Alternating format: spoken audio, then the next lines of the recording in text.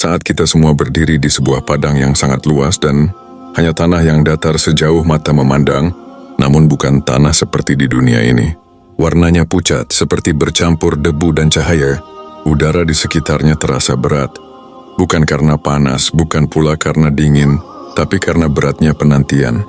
Itulah padang mahsyar, hari di mana seluruh manusia dari zaman Nabi Adam hingga manusia terakhir dikumpulkan.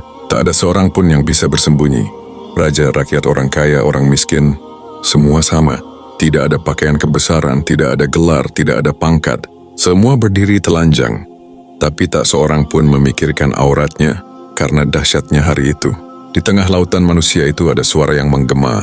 Suara itu bukan seperti teriakan, tapi lebih seperti gema yang menusuk hati, membuat setiap orang terdiam. Itu adalah panggilan dari para malaikat, panggilan untuk setiap kelompok manusia agar maju ke hadapan Allah, untuk diadili, dan diletakkanlah kitab catatan amal. Lalu engkau akan melihat orang-orang yang berdosa, ketakutan terhadap apa yang tertulis di dalamnya. Mereka berkata, celakalah kami. Kitab apakah ini? Tidak ada yang tertinggal, yang kecil maupun yang besar, melainkan tercatat semuanya. Dan mereka mendapati segala apa yang telah mereka kerjakan ada tertulis. Dan Tuhanmu tidak menzalimi seorang pun. Quran Surat Al-Kahfi ayat 49. Di tengah riuhnya suara manusia yang memanggil-manggil nabi mereka, di tengah panasnya matahari yang jaraknya hanya sejengkal di atas kepala, ada sekelompok orang yang Allah tempatkan di sebuah tempat yang tinggi. Tempat ini bukan surga, bukan pula neraka, tapi berada di antara keduanya. Tempat itu disebut Al-A'raf, tempat yang menjadi rahasia besar dalam kehidupan akhirat, yang hanya sedikit dijelaskan dalam Al-Quran, namun cukup untuk membuat kita merenung. Bayangkan posisinya. Di depan mereka terbentang surga dengan segala keindahannya. Sungai-sungai mengalir jernih, istana-istana bercahaya, dan aroma wangi yang tak pernah mereka cium di dunia. Cahaya surga memancar membuat hati mereka penuh rindu. Namun di sisi lain, terdengar jeritan dari neraka. Api menyala-nyala, penuh asap dan bara, disertai suara rantai yang diseret. Panasnya bukan sekadar membakar kulit, tapi menembus hingga ke tulang. Aroma menyengat dari asap dan belerang memenuhi udara. Suara jeritan memanggil-manggil air, air, tapi tak ada setetes pun yang bisa mengalir ke sana. Penghuni Al-A'raf ini melihat kedua pemandangan itu sekaligus. Mereka bisa memberi salam kepada penghuni surga, namun mereka juga mendengar rintihan penghuni neraka. Mereka berada di titik yang penuh harap sekaligus penuh takut. Allah berfirman, dan di antara keduanya, penghuni surga dan neraka, ada dinding. Dan di atas Araf itu ada orang-orang yang mengenal masing-masing dari kedua golongan itu dengan tanda-tandanya, dan mereka menyeru penghuni surga, "Salamun alaikum, semoga kesejahteraan atas kalian." Mereka belum lagi memasukinya, padahal mereka ingin memasukinya. Ayat ini seperti memotret momen itu dengan jelas. Ada dinding pembatas, ada orang-orang di atasnya, ada salam yang penuh kerinduan, tapi mereka belum diizinkan masuk surga. Hanya bisa melihat dan berharap. Tidakkah kita bertanya-tanya, siapakah mereka ini? Mengapa Allah menempatkan mereka di antara surga dan neraka? Apakah ini hukuman? Ataukah ini kehormatan? Maka mungkin kita termasuk di antara mereka? Hari ini kita akan membahas semua itu. Kita akan menyelami makna Al-A'raf, memahami siapa penghuninya menurut tafsir para ulama, dan membayangkan seperti apa suasana di tempat itu. Dan kita akan mengambil pelajaran yang bisa menyelamatkan kita dari nasib penantian panjang di sana. Tapi sebelum itu, mari kita pahami dulu arti dari kata Al-A'raf itu sendiri. Kata Al-A'raf berasal dari bahasa Arab. Akar katanya adalah urf. Secara bahasa, urf berarti sesuatu yang tinggi atau puncak yang menonjol. Bisa berupa puncak gunung, benteng, atau bagian tertinggi dari sebuah dinding. Kata ini juga digunakan untuk menggambarkan jambul pada kepala ayam jantan karena letaknya yang menonjol di atas. Para ahli bahasa Arab menjelaskan, Ibnu Faris dalam Mu'jam Maqayas Al-Lughah mengatakan bahwa akar kata ini memiliki makna, ketinggian dan sesuatu yang dikenali. Jadi Al-A'raf bisa diartikan sebagai tempat yang tinggi sekaligus tempat di mana penghuni dapat mengenali orang-orang yang ada di surga maupun neraka. Ar-Raghib Al-Asfahani menyebut bahwa urf kadang bermakna tempat terhormat karena berada di posisi yang tinggi dan mulia. Maka dari sisi bahasa, Al-A'raf adalah tempat yang tinggi yang berada di antara dua tempat lain. dalam istilah syariat. Al-A'raf adalah sebuah dinding atau tembok tinggi yang menjadi pembatas antara surga dan neraka. Di atasnya ada sekelompok orang yang dikenal sebagai Ashabul A'raf, penghuni Al-A'raf. Mereka mengenal penduduk surga dan neraka dengan tanda-tandanya. Allah menggambarkannya dalam Al-Quran, surat Al-A'raf ayat 46-47. Dan di antara keduanya, surga dan neraka ada dinding. Dan di atas A'raf itu ada orang-orang yang mengenal masing-masing dari kedua golongan itu dengan tanda-tandanya, dan mereka menyeru penghuni surga, "Salamun alaikum." Mereka belum lagi memasukinya, padahal mereka ingin memasukinya. Dan apabila pandangan mereka dialihkan ke arah penghuni neraka, mereka berkata, "Ya Tuhan kami, janganlah Engkau tempatkan kami bersama-sama orang-orang yang zalim itu." Ayat ini memberi kita 3 informasi penting. Ada dinding pembatas antara surga dan neraka. Ada orang-orang di atasnya yang bisa melihat kedua sisi. Ada interaksi antara penghuni Al-A'raf dengan penghuni surga dan neraka. Tafsir ulama tentang Al-A'raf, para mufasir menjelaskan ayat ini dengan berbagai rincian. Imam Ibnu Katsir dalam tafsir Al-Quran Al-Azim mengatakan bahwa Al-A'raf adalah tembok yang berada antara surga dan neraka. Di atasnya ada orang-orang yang amal baik dan buruknya seimbang, sehingga mereka belum masuk surga dan juga belum masuk neraka. Mereka ditahan di tempat itu sampai Allah memutuskan nasib mereka.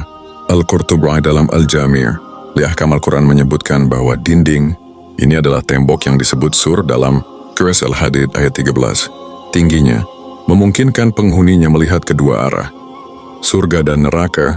Al-Tabari menyampaikan bahwa Ashabul A'raf adalah orang-orang yang Allah beri kehormatan untuk menjadi saksi keadaan kedua tempat itu, dan mereka mengenali setiap penghuni dari tanda yang ada di wajah. Mereka wajah berseri untuk penghuni surga, wajah muram untuk penghuni neraka. Lalu mengapa dinamakan Al-A'raf? Ada 2 alasan utama menurut ulama. Karena posisinya tinggi seperti puncak benteng yang membatasi 2 wilayah. Karena penghuninya mengenali dari kata ma'rifah, penduduk surga dan neraka. Jadi nama Al-A'raf memuat 2 makna sekaligus. Ketinggian tempat dan kemampuan mengenal. Bayangkan, ada sebuah dinding besar membentang sejauh mata memandang. Di satu sisinya, cahaya, suara lembut dan aroma wangi dari surga. Di sisi lain, kegelapan, api dan jeritan dari neraka. Di puncak dinding itu ada orang-orang yang duduk atau berdiri. Wajah mereka penuh kerinduan saat memandang surga, namun tiba-tiba berubah pucat saat menoleh ke arah neraka. Mereka memberi salam penuh cinta kepada penghuni surga, tapi juga berdoa dengan penuh ketakutan. Ya Allah, jangan biarkan kami bersama orang-orang zalim itu. Saudaraku, memahami makna ini membuat kita sadar, Al-A'raf bukanlah tempat yang netral dan nyaman. Ini adalah tempat penantian. Ada rasa harap, ada rasa takut, ada kerinduan dan ada ketegangan. Dan itu bisa berlangsung lama sampai Allah memberi keputusan. Setelah kita tahu artinya, pertanyaan besar muncul. Siapa sebenarnya penghuni Al-A'raf ini? Apakah mereka orang beriman, orang kafir, atau orang yang di antara keduanya? Saudaraku, ketika Allah menyebutkan bahwa di atas Al-A'raf ada orang-orang yang mengenal penduduk surga dan neraka, para ulama terdahulu pun bertanya-tanya, siapakah mereka? Apakah mereka orang yang istimewa atau justru orang yang tertahan?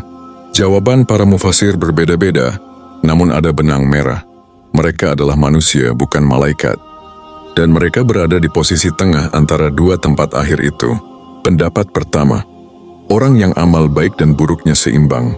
Ini adalah pendapat yang paling banyak dipegang oleh para ulama, termasuk Ibnu Mas'ud, Ibnu Abbas, Hudzaifah bin Al-Yaman, dan diikuti oleh Imam Ibnu Katsir.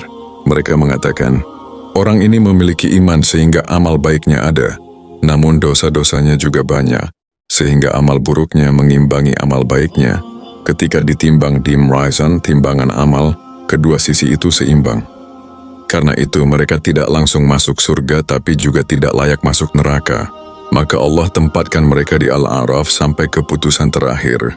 Rasulullah SAW bersabda dalam sebuah riwayat yang diriwayatkan oleh Imam Ahmad, ketika amal seorang hamba ditimbang dan amal baiknya serta amal buruknya seimbang, maka ia adalah penghuni Al-A'raf. Ia akan berada di sana sampai Allah memutuskan untuk memasukkannya ke surga dengan karunia-Nya. Bayangkan seorang lelaki yang beriman tapi sering lalai. Ia sholat tapi tidak selalu tepat waktu. Ia sedekah tapi juga melakukan dosa. Saat di akhirat, ia melihat surga, ingin sekali masuk. Namun ia ditahan di dinding tinggi. Hatinya berbunga saat melihat saudara-saudaranya di surga, tapi mendadak gemetar saat menoleh ke arah neraka dan melihat orang-orang yang dulu menertawakan agama kini menjerit kesakitan. Pendapat kedua, para syuhada atau orang istimewa yang menjadi saksi. Pendapat ini disampaikan oleh sebagian mufassir seperti Mujahid dan Al-Hasan Al-Basr. Mereka mengatakan bahwa Ashabul Araf adalah orang-orang mulia yang Allah tempatkan di tempat tinggi sebagai saksi. Mereka bukan tertahan, tetapi diberi tugas mulia untuk melihat keadaan surga dan neraka, lalu memberi kesaksian. Dalil pendukungnya adalah makna bahasa Orf sebagai tempat terhormat dan juga konsep bahwa saksi di akhirat akan memiliki posisi tinggi. Bayangkan para syuhada duduk di atas tembok tinggi. Wajah mereka bersinar. Mereka mengenal para penghuni surga karena cahaya di wajah mereka, dan mereka mengenal penghuni neraka karena gelapnya wajah mereka. Mereka memberi salam penuh hormat kepada penghuni surga, sambil berdoa agar semua orang selamat dari neraka. Pendapat ketiga, orang beriman yang tertahan karena dosa besar. Pendapat ini berasal dari Qatadah dan sebagian tabi'in. Menurut mereka, penghuni Al-Araf adalah orang beriman yang melakukan dosa besar tanpa sempat bertaubat sebelum wafat. Mereka tetap punya iman sehingga tidak kekal di neraka. Namun sebelum masuk surga, mereka ditahan di tempat tinggi ini untuk merasakan penantian sebagai bentuk pembersihan diri. Seorang wanita muslimah yang taat, tapi pernah mengambil hak orang lain dan belum sempat mengembalikannya. Di akhirat amal baiknya cukup banyak tapi dosanya juga besar. Ia ditempatkan di Al-Araf sambil melihat surga dari kejauhan. Hatinya berdebar menunggu pengampunan Allah. Pendapat keempat, orang-orang yang dikenal karena wajah mereka. Ada pendapat unik dari sebagian ahli tafsir yang mengatakan bahwa Ashabul Araf adalah mereka yang wajahnya terkenal di dunia karena kebaikan dan keburukan yang bercampur. Di akhirat, mereka ditempatkan di tempat tinggi dan bisa mengenali penghuni surga dan neraka dari tanda di wajah masing-masing. Pendapat ini berdasar pada frasa ayat Yarifuna kullam bisamahum. Mereka mengenal masing-masing dari tanda-tandanya. Kesamaan semua pendapat. Meski berbeda, semua pendapat ini mengakui bahwa penghuni Al-A'raf adalah manusia. Mereka berada di antara surga dan neraka. Mereka bisa melihat dan berinteraksi dengan kedua belah pihak. Interaksi penghuni Al-A'raf dengan surga dan neraka, Allah menggambarkan percakapan mereka. Dan apabila pandangan mereka dialihkan ke arah penghuni neraka, mereka berkata, "Ya Tuhan kami, janganlah Engkau tempatkan kami bersama orang-orang yang zalim itu."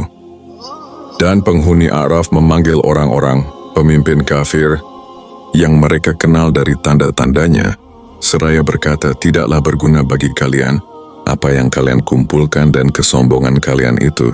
Itukah orang-orang yang dahulu kalian bersumpah bahwa mereka tidak akan mendapat rahmat Allah?"